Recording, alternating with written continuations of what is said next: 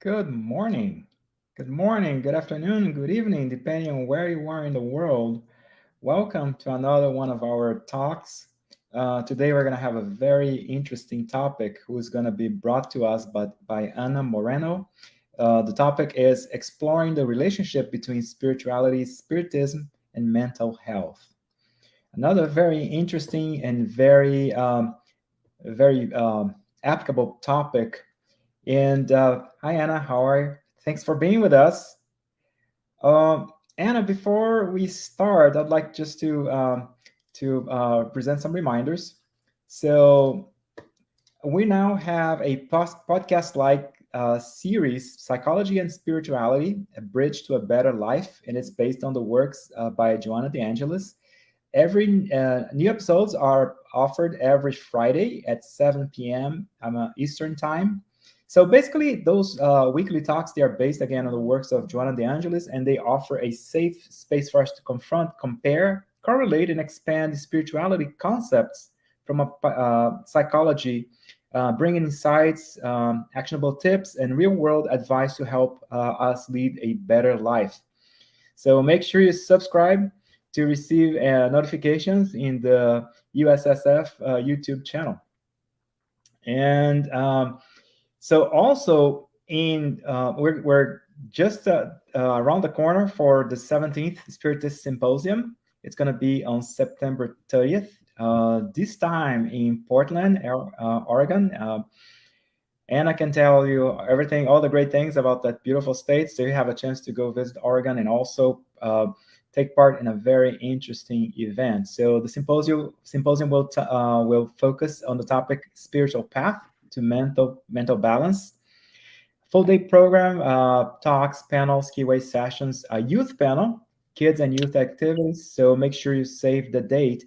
And make sure also that you register early for the event. There are some, I believe, understand there are some discounts, early bird discounts for those who register sooner for the event. Also, if you want to assist, there is a QR code on the screen. So if you want to assist USSF, the United States Spiritist Federation, to keep producing great events, also great talks like this, offering great talks and translating important books. So make sure that you help by scanning the QR code. Anna, now back to you. So it's good to have you here with us today, and with everybody else who is watching. A very warm welcome again. And we're like very eager to hear about the relationship between spirituality and our mental health. I'd like to talk a little bit about you. So you're being very busy. You are the co-founder and the president of the Chico Xavier Learning Center in Oregon. You do come from a long line of spiritists in Brazil, and you've started studying mediumship as a teenager in São Paulo. So while staying in Brazil, you were an active member of FESP, which is the Federação Espírita do Estado de São Paulo. So it's the Spiritist Federation of São Paulo, and you were teaching classes and participating in multiple mediumship groups. You host a weekly virtual and in-person group studies on Allan Kardec, mediumship, and André Luiz's books, and with Brazilian and American and attendees from the US. So also academically, you hold a master's degree in business administration and marketing, also with a graduate certificate in electroengineering, nutrition, therapy, and yoga. That's quite an interesting combination there. Yeah, so tell us more about the relationships between spirituality, spiritism, and mental health. Everybody is eager to learn more about that very important topic. So good morning, everyone. Thank you so much for having me, Glaucio. It's a pleasure to be here again. When I was thinking about this topic, I mean, when the USSF invited me to talk, I guess I got inspired by our symposium coming soon, as you said, September the 30th, that is about mental health, which is one of the most talked topics in our everyday lives. For everyone who has kids, like myself, teenagers, we have seen so much in terms of suffering and trauma. This generation will be very different than ours, being able to tell their grandkids that they experienced a pandemic and they had to basically go through Zoom and be away from friends and have to be locked in with their families for almost 3 years. So that has had a lot of impact in each one of us. I would say society is a different has a different structure today as it had before. So for the topic today, I kind of put a brief agenda, and I plan to talk for about 40 minutes. First, it's about mental health. Why is it important? And then what is really mental health and cultivating mental health? Spirituality, spiritism, and mental health, how they connect. And then how can spiritism basically help us live better and be happier? So what we've been seeing today, and I got this quote from Pearl Buck, many people lose their small joys in the hope for big happiness. And we can see that happening in our lives many times. We are always kind of looking for the big enchilada and forgetting the small joys that we all have every day. It can be as simple as breathing. And just to remind us how important it is to be able to breathe, just go back to COVID, and that will be a good flag for our gratitude. We are always looking for the big things in our lives. It's either like the next big thing, such as a new job or a bigger house or a marriage or a son or a daughter. And we forget to be grateful for the every little small things that it surrounds us every day, such as the sunshine or a friend saying hello or the hot water in our showers. And that kind of can put us in a mental state of suffering, of unhappiness, of loss.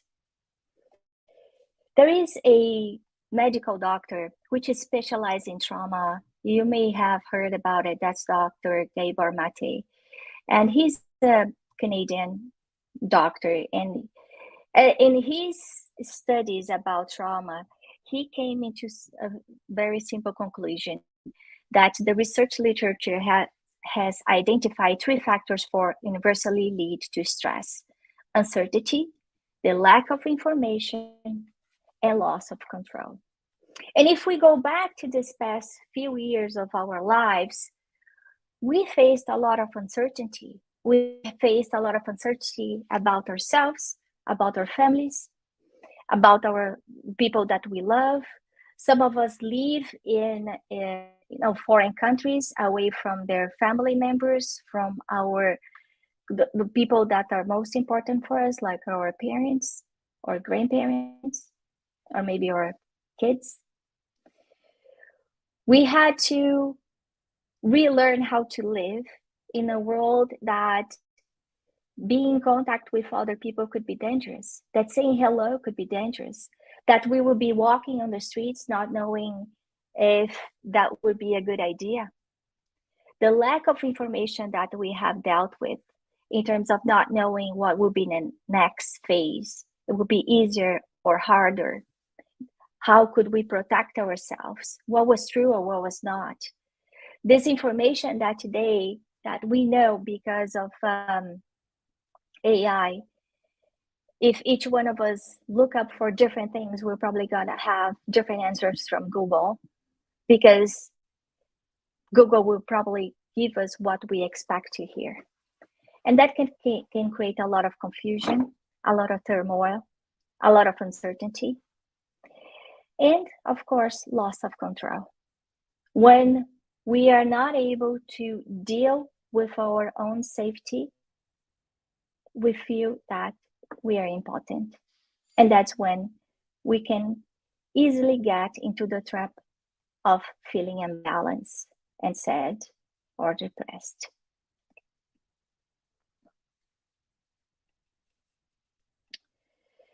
So why is mental health important for overall health? So Glaucia, you asked me, so how did you came from a very different background. So going from being an engineering that could not be more pragmatic and binary, right, in terms of right and wrong, to nutrition therapy and yoga. And what I've learned, and each one of us have our own experiences in life, is that I was diagnosed a while back with a very serious autoimmune disease, a debilitating with no cure. And it didn't matter that I had all the wonderful academic titles, that I graduated from the top schools in the whole planet. That couldn't help me. That could not give me hope. That could not give me strength to fight what I needed to fight. An invisible fight that was extremely debilitating, that put me into bed for almost 2 years. And what I've learned is that there's a lot of things that go on in our bodies that actually we can start to control with our minds. So I got a lot of information from science, from the science that we know. So WebMD or CDC or the World Health Organization. So I'm trying to be as factual as possible in terms how our minds can help balance our bodies. So our mental and physical health are equally important. So we can feel that because when we have a high level of stress, for example, we can feel some type of discomfort in our tummy. We may have like a heartburn. We can feel our heart beating very fast. We can feel like short breath. Some people may have a seizure or a heart attack. So our emotions, our minds can have a direct impact in what goes on into our bodies. And what science has been concluding is that a lot of those health problems, like long-lasting conditions like diabetes, heart disease, and stroke, are connected to the mind. So if we do not learn how to manage and how to well control what we think, how we feel, we can become sick. We can suffer more. So as CDC defines mental health, it includes emotional, psychological, and social well-being. Wow, that's a mouthful. That's really a mouthful. Because if we think in terms of the breath or something like that, so our emotions basically are all the feelings that basically wrap how we think or what we think. Our psychological side brings back all the baggage, all the weight that we have had through tens of years. The social well-being means how we nurture ourselves. How do we deal with our everyday stresses? How do we talk to each other? How we are able to handle any type of distress on our everyday life? So it affects how we think, how we feel, and how we act. I will repeat that. So our emotional, psychological, and social well-being will affect how we think, how we feel, and how we act. It also helps determine how we handle stress, relate to others, and make healthy choices. What are those healthy choices? What are we talking about? Because this seems to be pretty holistic, right? Certainly, mental health is more than just going to a therapy or just taking like a magic pill. It's much more than that. Mental health is basically helping, it's calling us to make healthy choices, to look at our lives much more than what we do for living or how we gain the money to pay the bills. It's much more than that. It's how we relate to each other, is whether we exercise or not, how we nurture our body, meaning emotionally, but with food, but also spiritually. Mental health is important at every stage of life, from childhood to adolescence through adulthood. And as we saw from Gabor Mate, a lot of the traumas that we may carry when we were kids, and the trauma, as he says, is not exactly what happened. The trauma is not about what happened. The trauma is about how I dealt with that situation.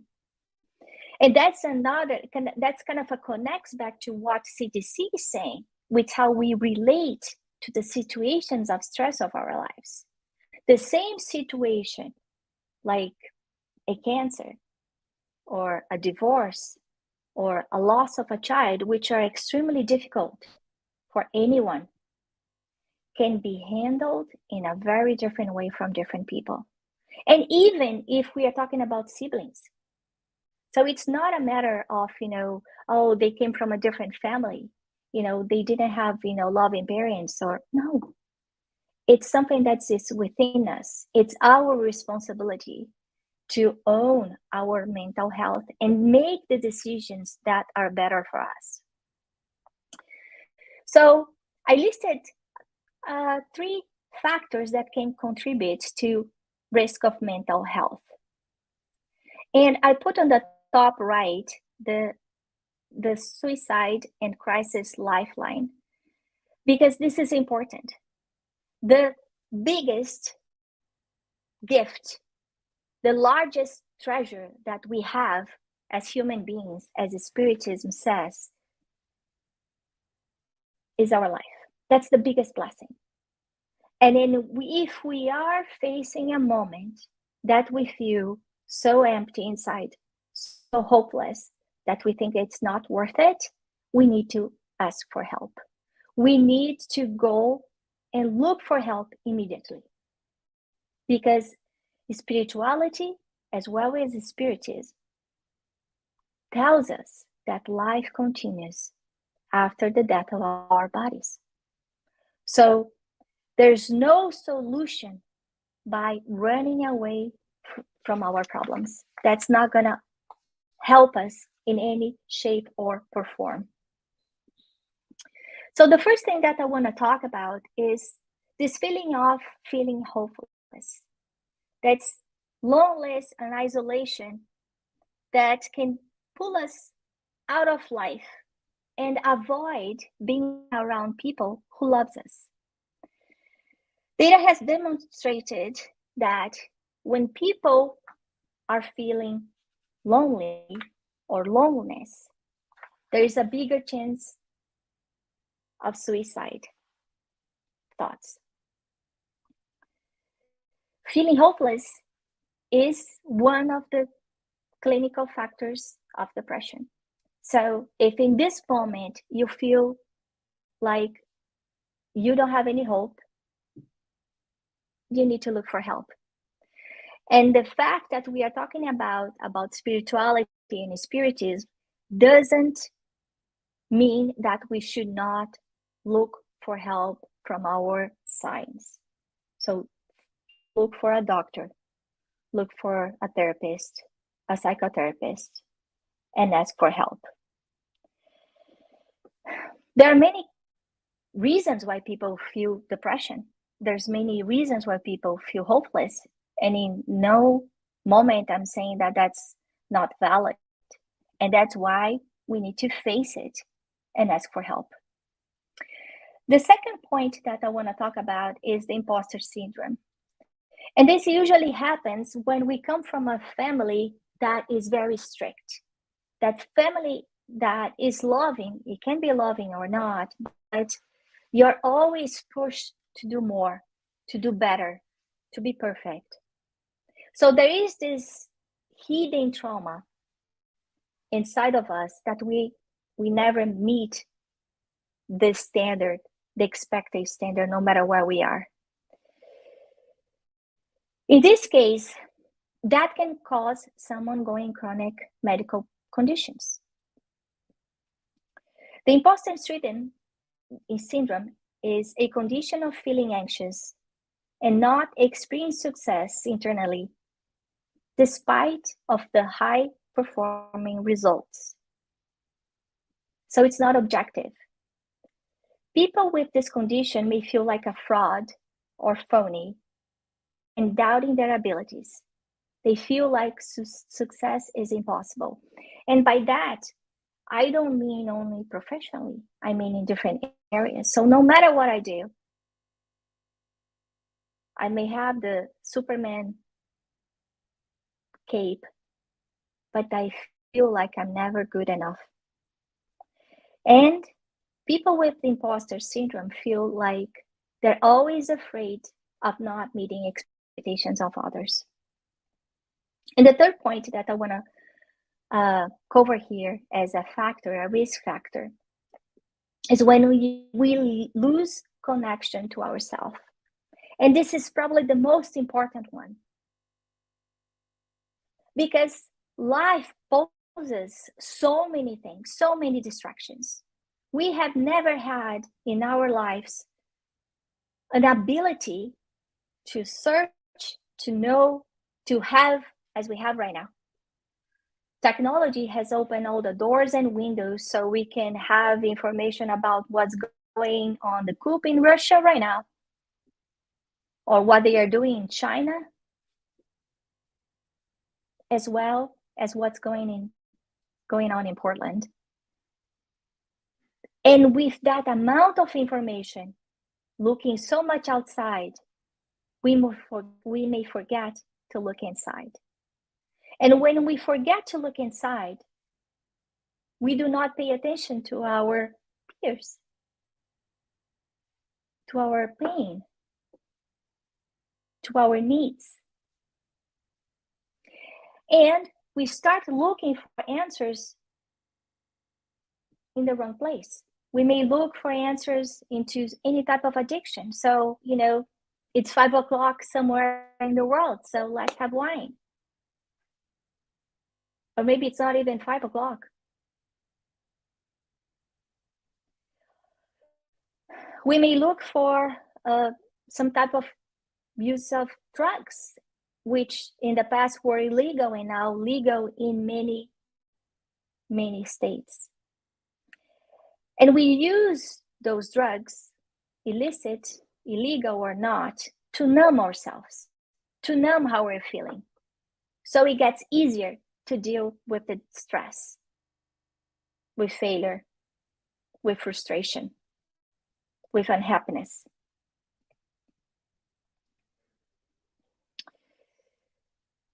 Another thing that's going on today, as we lose connection to ourselves, as we know, is just open social media.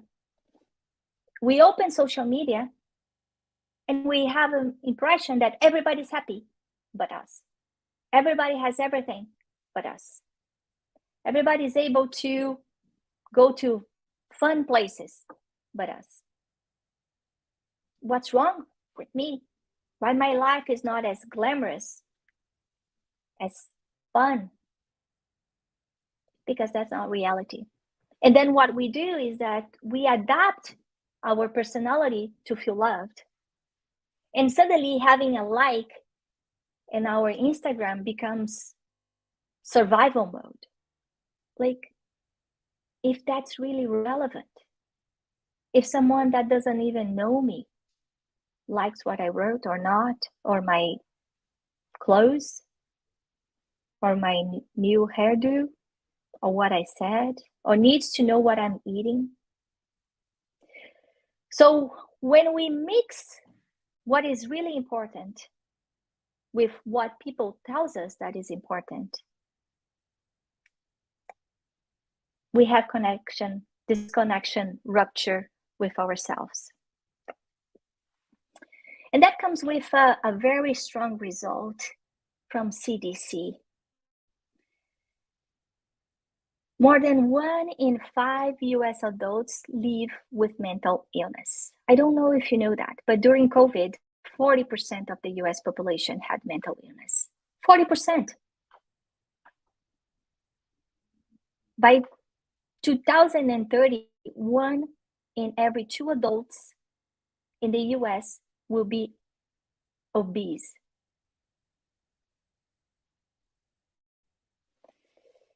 Over 1 in 5 youth over 13 to 18, either currently or at some point of their life, have had serious debilitating mental illness. I don't know about you guys, but my kids go to a good school. And I hear some terrible things. I hear about kids trying to commit suicide. I hear about kids harming themselves. I hear about kids dealing drugs. So why? Because there's something missing. There's something broken inside that today the teenagers don't know how to resolve, and they need help. So as parents, our responsibility is to step up and do something. We learn from Emmanuel that family is the cell, the very smallest point of the society. That when the family is broken, the society is broken. So even though we know that today family relations, marriage are not as cool or many times as relevant as it was before, when the family relations are broken, the kids suffer, the society suffers. Suicide is the second most common type of death among young people between 15 and 24 years. So suicide kills more than car accidents. Suicide kills more than car accidents. Remember that we are not talking about kids who try to commit suicide but are not successful. And when we go to LGBTQ plus kids or adults, this data is even sadder. These feelings were found to be more common among those type of kids, LGBTQ plus students, female students, and students across racial and ethnic groups. Nearly half, 45% of LGBTQ plus students in 2021 seriously considered attempting suicide for more than heterosexual students. Black students were more likely to attempt suicide than students of other races and ethnicity. So that means that probably a kid that is hanging out with your kid, or maybe our kid, may be thinking about suicide. This data kind of bring us to focus on a level of stress that our youth is going through and experience probably in silence, because it's hard to talk about how we feel. It's hard to talk about our problems, and anyone who have read Brené Brown's book knows that vulnerability is hard. Showing up is hard. And for them, showing their weaknesses is not seen as courage, quite the opposite.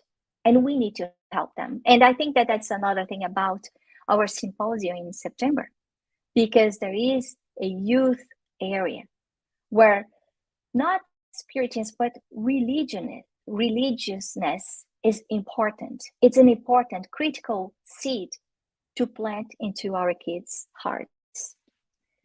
So why this is a big deal? Poor mental health in teens is more than feeling blue. It's beyond just struggling with grades. We see our kids kind of being locked in at home, looking at screens, playing computer games, maybe on Discord, And we know that, we just saw today on the news that Discord had been facing a lot of predators online. So we don't know with whom they are talking. Behaviors and habits have established in adolescence. So we know that a lot of the addictions that we may face as adults started when we were 12, 13, 14.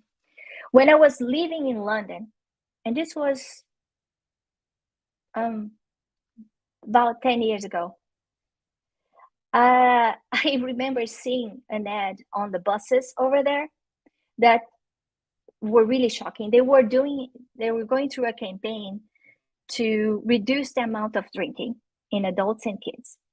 So for the adults, there was one big ad that would basically say, if you drink today, do not drive tomorrow. I will repeat, it's not, if you don't drink today, don't drive today. No, if you drink today, don't drive tomorrow. And for the kids is, don't give alcohol to your kid between 5 and 13 years old. 5 and 13, when we know that the age is 21. And what we are trying to bring here, and probably the attention that they were trying to call each one of us, is exactly that this addiction can start very early and can spread into our lives and damage our lives much more than we can imagine.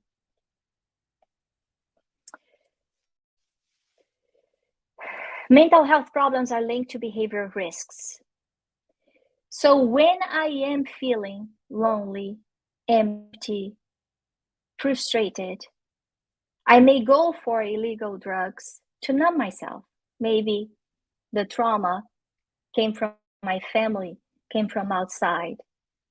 But that will somehow generate some type of violence to myself or to others. And in case of our adolescents, it may cause even unintended pregnancy.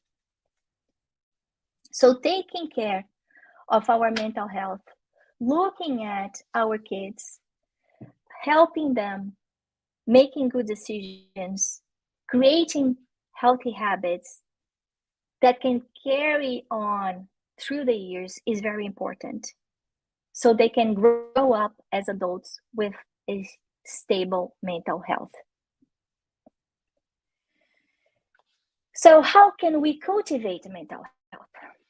Well, as we've been talking so far, it's very holistic. So we may look at as a combo. So we need to take care of our physical body, and we need to take care of our mind and our spirit. And interesting enough is that I have a professor, which is one of the most famous Ayurvedic doctors. There's even a movie about him. His name is Vasant Lad. And in Ayurveda, he combines not only mind and body, but he combines mind, body, and spirit. And we need to look for a support system. So for the body is the doctor. For the mind, for example, a psychiatrist, a therapist, a counselor. For the spirit, we need to look for this connection between us and God. We need to learn to practice self-compassion. We need to look at what are the painful experiences that have affected our lives and how we can translate that into an opportunity for growth. We need to find our purpose. And by purpose, I mean looking at situations, areas that can fulfill a higher purpose, a higher need.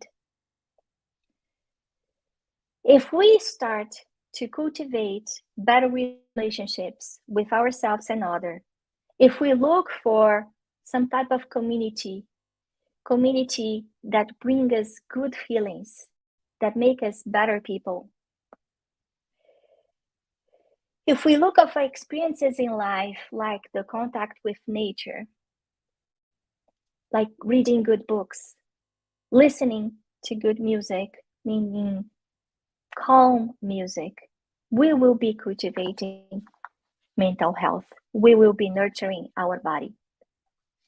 Dr. Diaz da Cruz was a medical doctor from Rio de Janeiro. He was also one of the presidents of Federação Espírita Brasileira back in the 1900s.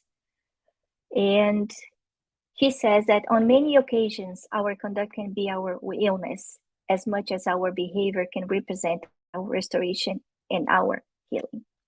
It's very hard to separate the illness to the ill. Actually, as we were talking about, many times our illnesses come from how we think, how we behave. So if we want to restore our health, we will need to basically restore and heal ourselves. We need to work on how to become better, more centered, more patient, more calm.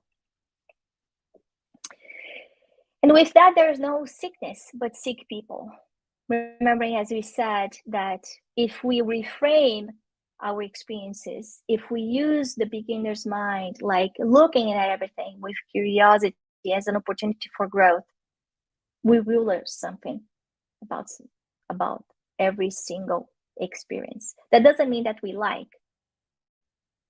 It's different than liking.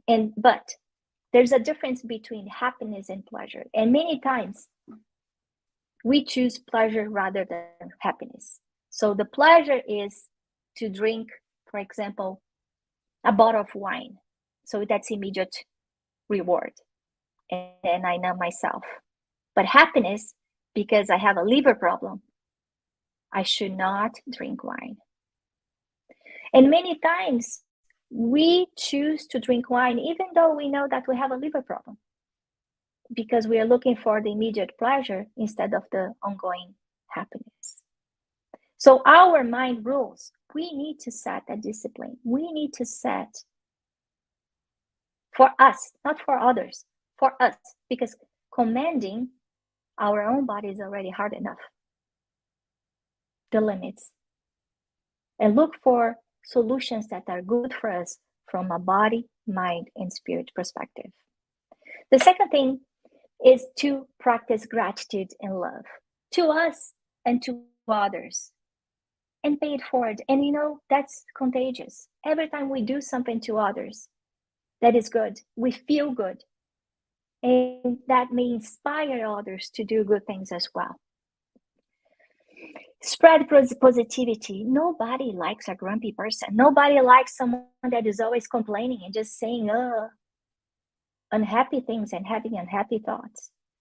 When we bring optimism to our lives, we transform our vibration. We feel better. We use more muscles in our face to be grumpy than to smile. It's easier to smile, even if it's a fake smile. And interesting enough, science has shown that if we start faking smile in front of the mirror, it will help us feel better. As we smile to others, maybe that person didn't receive one smile in a day.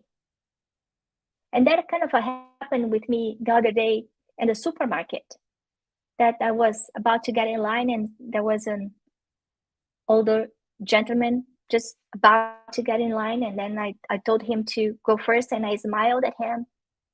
And he looked at me and said, "This is the first smile that I get." So we don't know what people are going through. We don't know their lives. They may look pretty tidy from the outside, but that doesn't mean that they are not broken inside. So in the book, Missionaries of Light, the chapter 5, this book is very important and talks about mediumship and the power of mind, not only from the mediums, but from everyone. It says that each mind is a veritable world of emission and reception, and each one attracts what resembles it. The sad please the sad. The ignorant gather together. Criminals share in the same sphere. The good establish reciprocal bonds in the same sphere. So what he's saying here is that if our mind is like an engine that all the time is receiving input and giving output, and that whatever vibration we are, and think about vibration like radio waves or your Wi-Fi network, whatever vibration we are connecting with all the beings, incarnated and disincarnated, that are feeling the same thing. And for those who do not know, if we count the amount of incarnated and disincarnated spirits around planet Earth, we have about 21 billion. So for every one person incarnated, there are about 2 disincarnated. And when I turn on my Wi-Fi network into sadness, I am connecting with the same type of minds all over. And that's why when I get sad, it's harder to get better. And then I get sadder, it's harder until I hit rock bottom. So it's easier to control from the beginning, to pay attention. Okay, so what I am feeling right now, is this mine or is this from another spirit? And I'm saying that because on the Spirit's book, on question 459, Allan Kardec asks, so the thoughts that we have, are they from us or from others, from spirits? And the answer that the spirits give to Allan Kardec is that we are influenced by the spirits much more than we can think. So it's important to take ownership, to control what we are thinking, paying attention to our thoughts, because our thoughts will control our minds. In the book In the Greater World from André Luiz, and I am a big fan of André Luiz, I think that the more that we study their books, the more we see. I've read their books more than once, and every time that I read and I teach each one of the books, I realize that I learned something different. So they are very rich in terms of content that sometimes we are not really ready to observe. So in the Greater World, André Luiz explains the causes of mental health challenges and explains on chapter 3, our mind. And he explains that our mind can be compared to a castle with 3 floors. That's our brain. That on the top floor is basically our connection to the superior spirits. In the middle floor, that's our will, our ability to make decisions. That's the present, that's the today.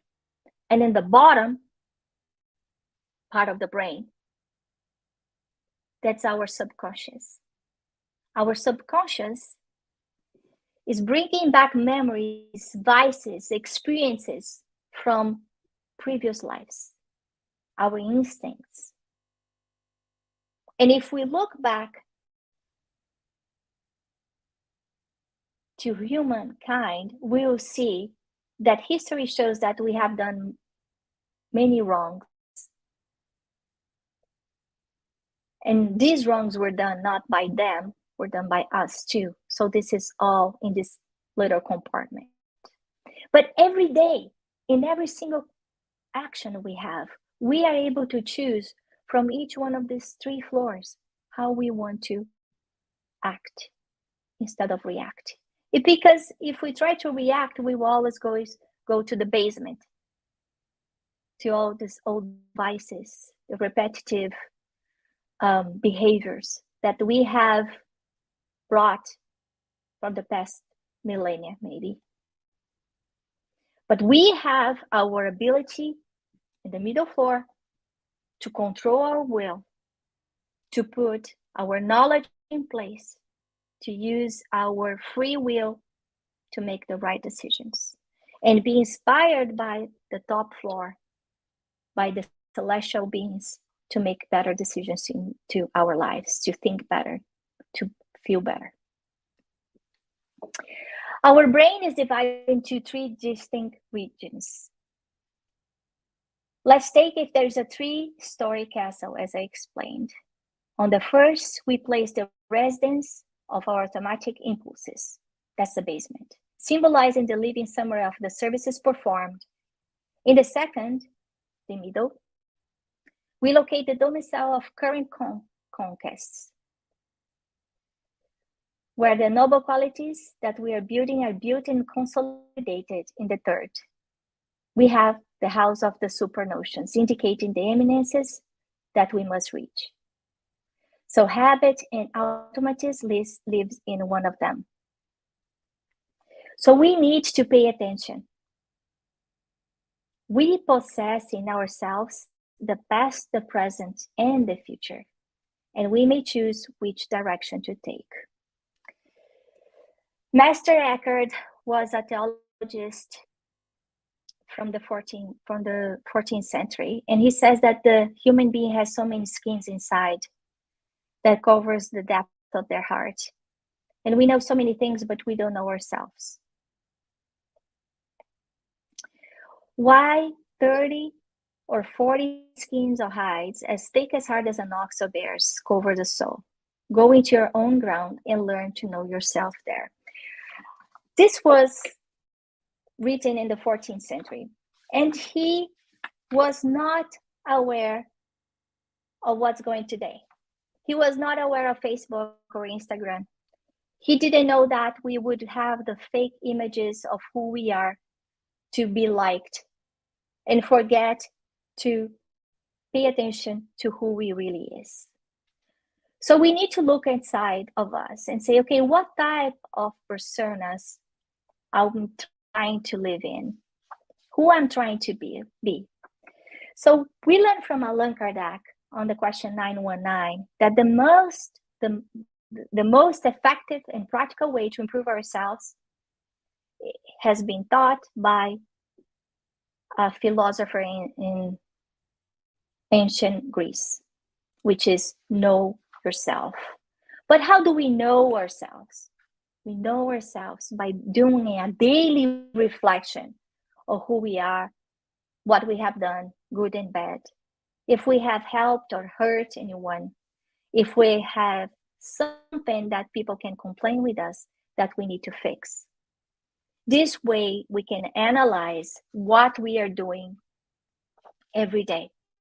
And it may take just a few minutes before we go, before we fall asleep, before our prayers at night. Just kind of looking at ourselves in the mirror, but with no witness, just us and God. So why spirituality matters? And according to science, and I wanted to have some data to basically back me up here. According to science, and this is from WebMD, it helps us make sense of our experiences in life. So we have a sense of purpose, peace, hope, meaning. When we are feeling there's so much distress right now, if we know that this shall pass too, we encounter peace. When unwell, spirituality can help us find inner strength. So we can have confidence in ourselves, confidence that we are not alone, confidence that there is a God that oversees the big picture that is taking care of us. Spirituality builds a sense of community and support. We create relationships. We create relationships in the Spirit Center. Good relationships, people that are trying to become better people every day, not perfect people. And these relationships help us become better and happier. We start being more critical in terms of our friendships, and maybe those friends who we used to hang out before that will drink too much or use too much drugs or say too gossiping, that do not fit into who we like to hang out anymore. So when we talk about purpose and meaning, it has a lot to do with the stories we tell. There is a writer called Byron Katie, and she's a bestseller writer, and she has a method called the work. And with the work, she created 4 questions that we have to use. One is the story that we're telling. Is it true? Is it real? Because many times we tell us stories that are not real. So someone is not talking to me, and then the story that I may have is that person doesn't like me. This question can really change your life. The second question is, again, is it really true? How do you know it's true? And usually by the second question, you already know that you're kind of making things up. The third is that, how do you react to what happens when you believe into that thought? What's my reaction when I believe that someone is not talking to me because she doesn't like me? I get angry, I get frustrated.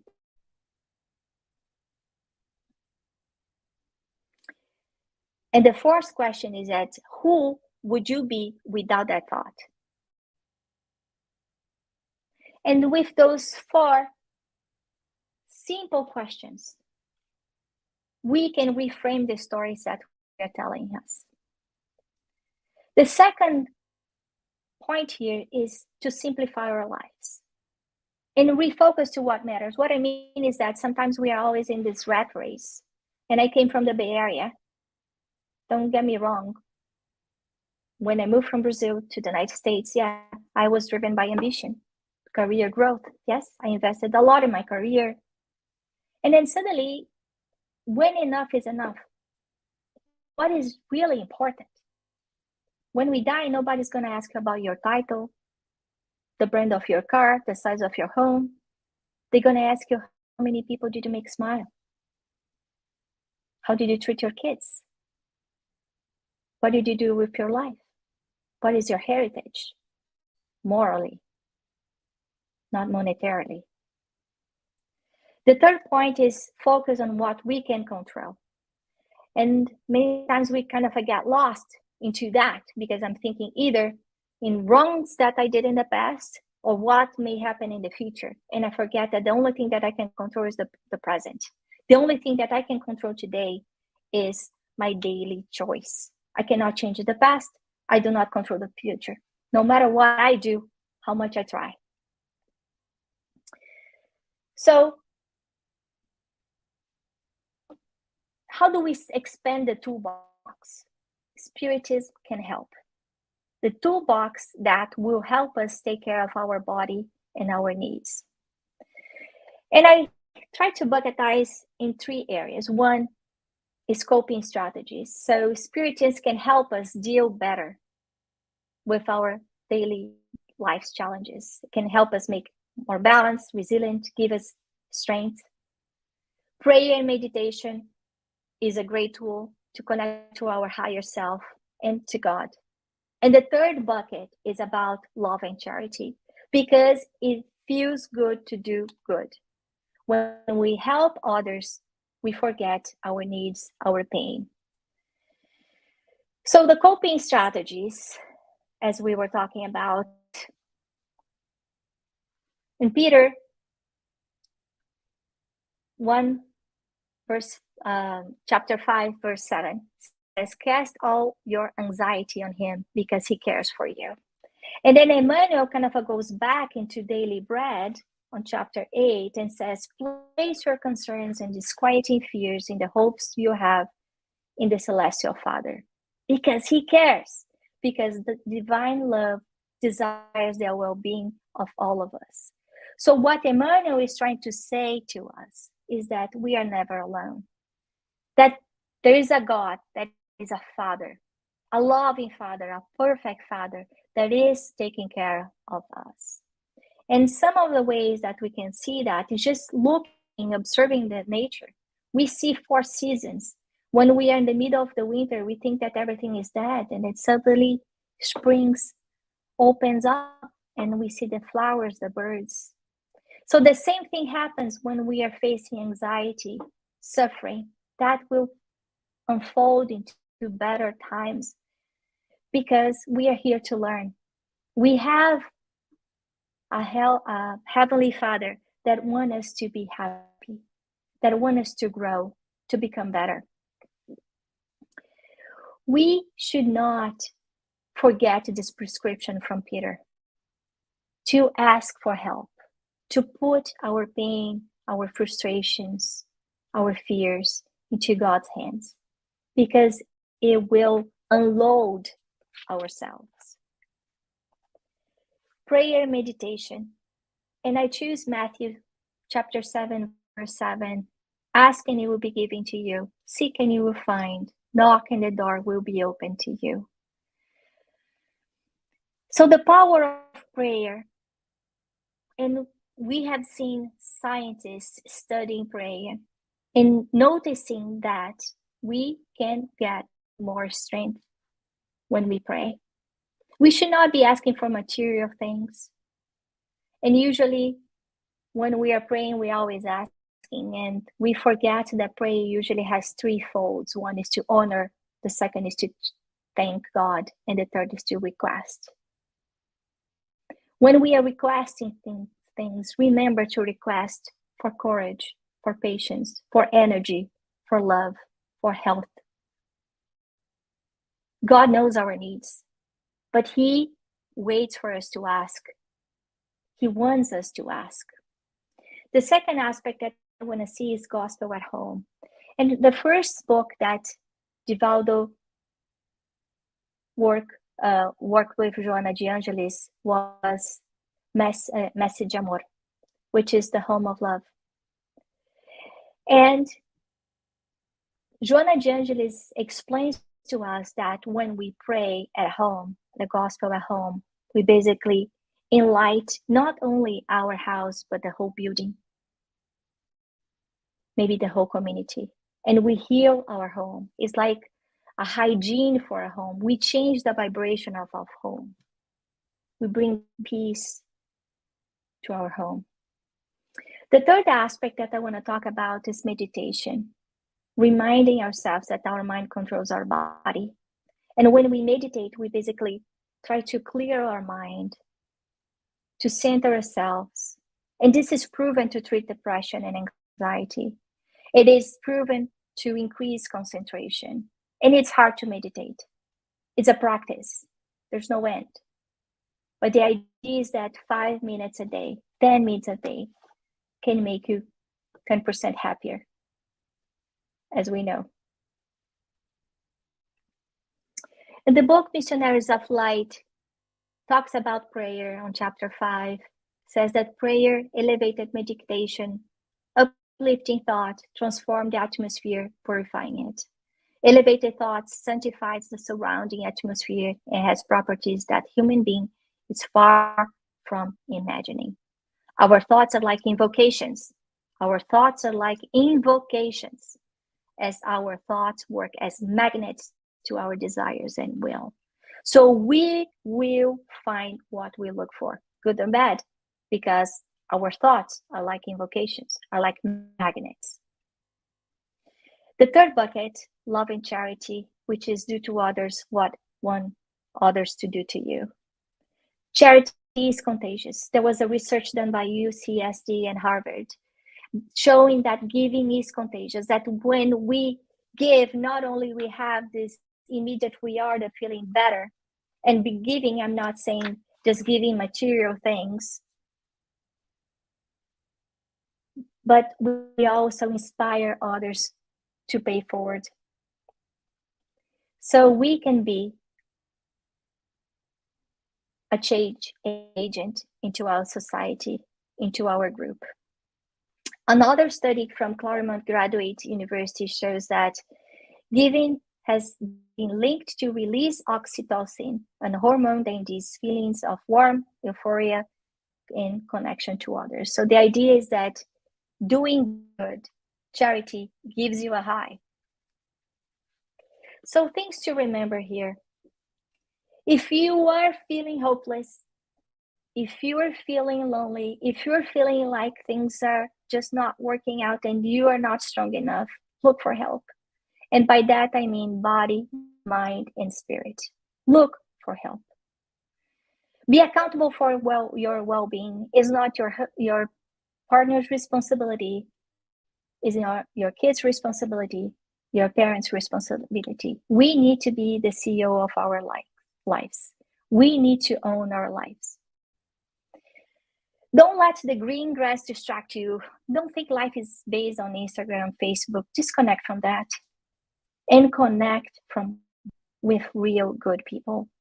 Build a community that will make you feel better, feel loved, feel respected.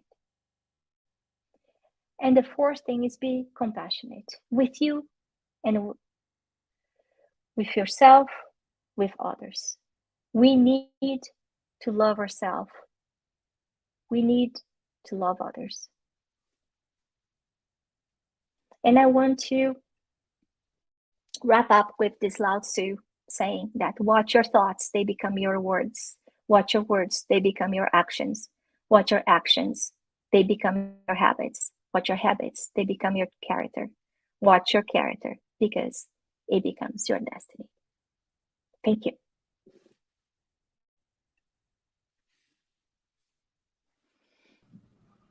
Thank you, Anna. Thank you for such great reflections. I really, I did learn a lot. I really gave me. I'm pretty sure I gave to everybody else lots of food for thought. We have some questions now, and actually, I have an interesting comment here from Julia Makita. She says, "I'm broken inside." So that was her comment. So how would you respond to whenever we hear a comment like that? I'm sorry, Julia. I'm sorry that you're feeling like that. And I would say that we are never alone. And if there's one thing that we can do is heal ourselves. So look for help. There are a lot of books of self-help in the Spiritism that can bring you hope. The Gospel according to Spiritism, chapter 6, which is the name is the Consoler. For me, every time that I feel like I have no strength, that I don't know where to go, that all the experience in life seem to be too much for me, I open chapter 6 of the Gospel according to Spiritism and I read out loud. And I would say that it's a short chapter, probably the shortest in the book. And when I finish that chapter, I have to say that I feel like my energies are renewed. But Julia, look for help. Look for medical help, psychological help if you can. Look for our spirit center in your city. There is passes, which is basically when we give energy with our hands. And I'm sure that you're going to start feeling better. And I'm sending you a virtual hug from here, hoping that you feel better.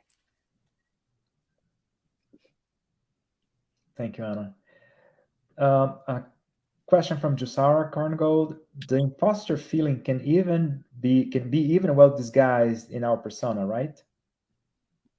I would say so. The imposter syndrome comes from some type of trauma when we have these very high standards from our families and kind of opposes us to be perfect all the time.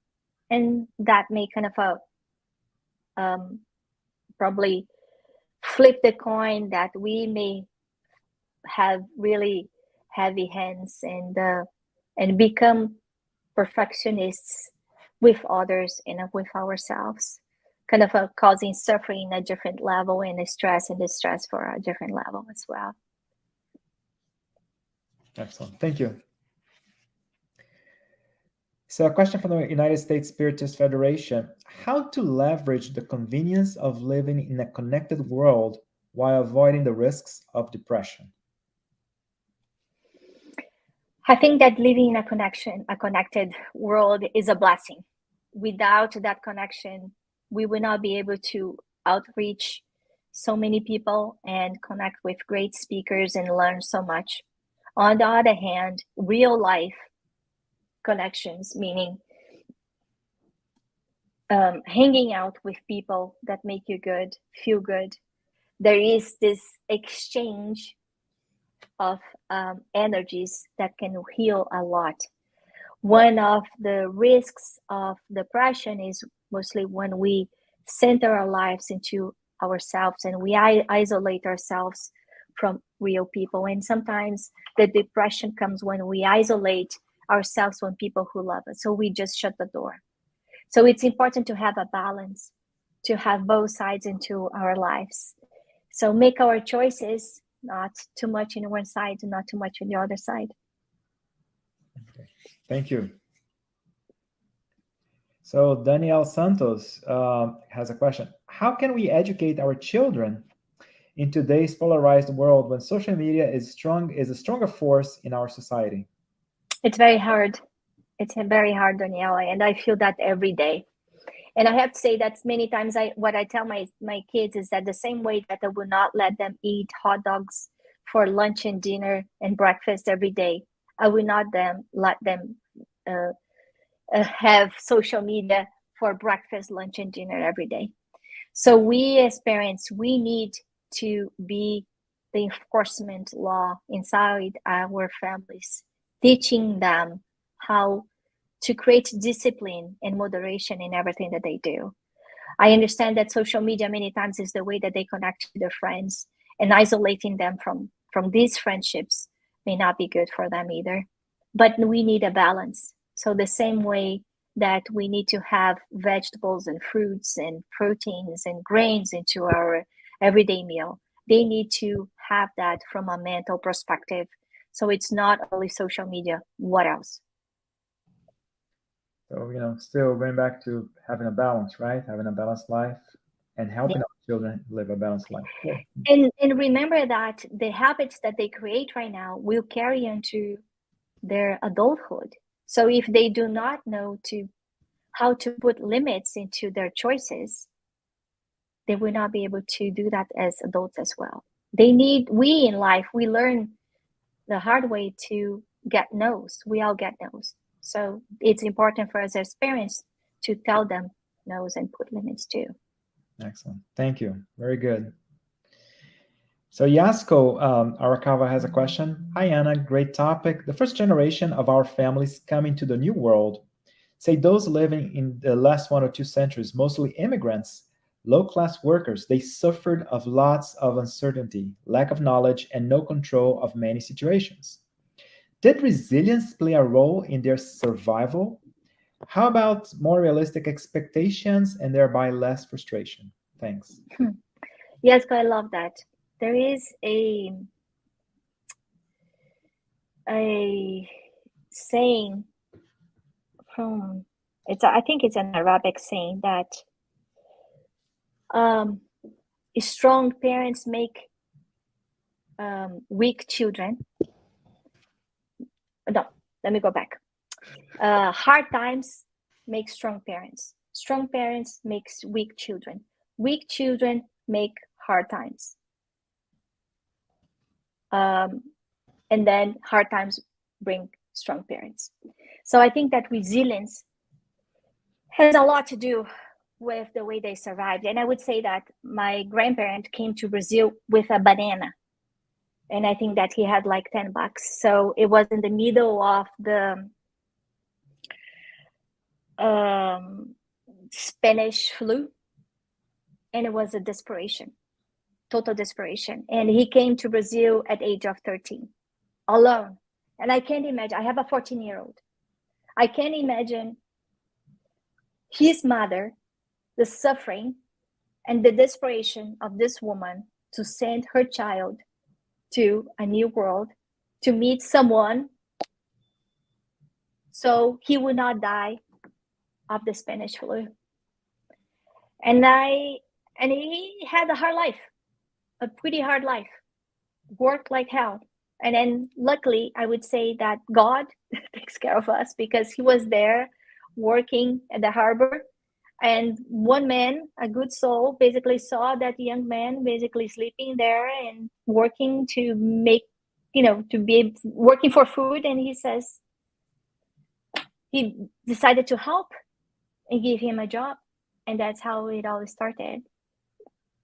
So I think that resilience plays a big role too, but I would not say that resilience and mental health are opposites. The fact that we are resilient doesn't make that we do not need support. Many times we are very good in putting under the rug our sufferings and frustrations and everything. And again, as Gabor Mate says, that the trauma is not about the trauma, it's how we deal with it.